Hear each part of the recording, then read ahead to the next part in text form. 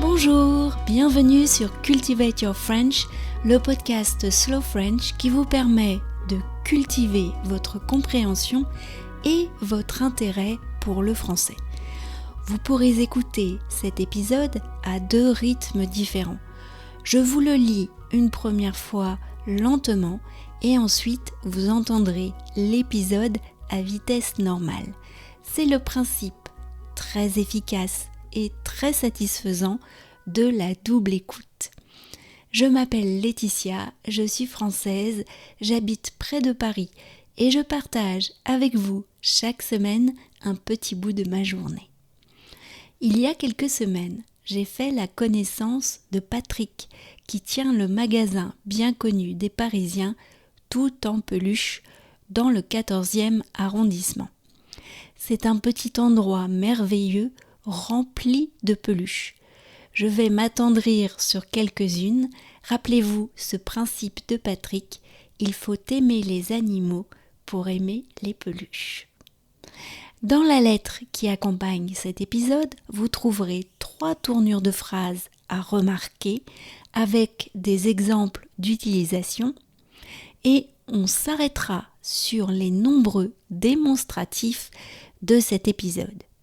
Ils vous permettent, à vous qui écoutez sans voir, d'imaginer ce que nous montrons Patrick et moi.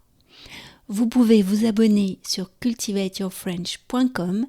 L'abonnement est à 5 € par mois et en vous abonnant, vous recevez automatiquement les 5 dernières lettres du podcast. Je vous lis donc le texte une première fois lentement. Ça fait du bien, en fait, de parler à sa peluche. Ça fait du bien de parler à sa peluche. Et puis, ça apaise quand même. Vous savez, quand vous leur parlez, quand vous jouez avec, moi, je joue toujours avec mon nounours dehors là. Il y a particulièrement des peluches d'animaux ici. Oui, absolument. On ne fait quasiment plus les poupées. La peluche, c'est un animal. Voilà, la peluche doit être un animal, je trouve. Oh, il est beau! Ça, c'est un ours légèrement bouclé avec, il est tout doux, un teddy honnet. Celui-là, il a un succès phénoménal, celui-là. Il est tout simple, beige clair, mais il a une bouille adorable. Il est extraordinaire. Il a la bonne taille. Exactement. Il se glisse dans une valise. Exactement. Ou sous un oreiller, vous savez. Il est trop mignon. C'est extraordinaire. Et c'est celui-là qui marche le mieux dans les ours actuellement. Avec, dans les toutous, le toutou, c'est lui, voilà. C'est lui qui marche le mieux en ce moment. Celui-là, il a une gueule extraordinaire. C'est un chien à tête écrasée. Oui, absolument. Avec les yeux qui montent vers le haut, d'un air de dire « Mais prends-moi, emmène-moi, t'as pas pitié ? Je viendrai bien avec toi, s'il te plaît. » Exactement. Vous voyez qu'ils ont quand même des gueules. Alors, nous, on s'est connus grâce à ma fille Michaela, qui est venue acheter un aigle. Et ensuite, moi, je vous ai pris une corneille pour ma fille Félicia. Elle est trop belle, cette corneille. On l'adore. On la regarde. Ils ont tous un petit regard particulier.